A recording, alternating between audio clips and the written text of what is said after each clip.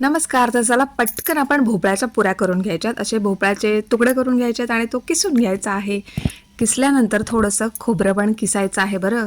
आणि खोबरं किसून झाल्यानंतर ते मिक्सरला एक फेरा फिरवून घ्यायचा.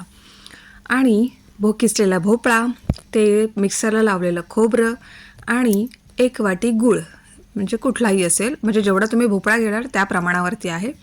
मी अर्धा किलो भोपळा घेतला आहे, तर हा 1 वाटी छोटंसं गूळ घातलेला आहे. तुम्हाला जितकं गोड आवडेल तितकं तुम्ही घालू शकता. आणि कुकरला शिट्ट्या काढून घ्यायच्या आहेत आणि शिजल्यानंतर असं एका ताटात काढून थंड करत ठेवायचं आहे.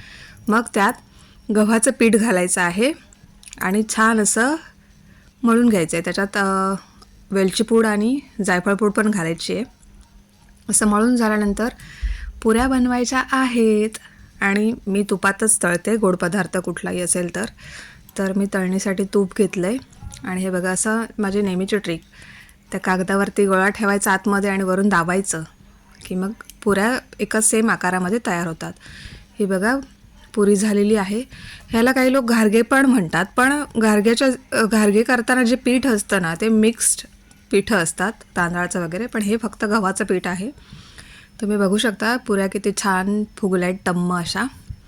आणि हे असं म्हणजे एवढ्या पुऱ्या मी बनवलेल्या आहेत आणि फायनली पुऱ्या डन झालेल्या आहेत.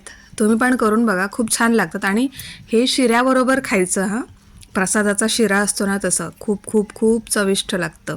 तुम्ही पण करून बघा आणि कसे झालेत सांगा.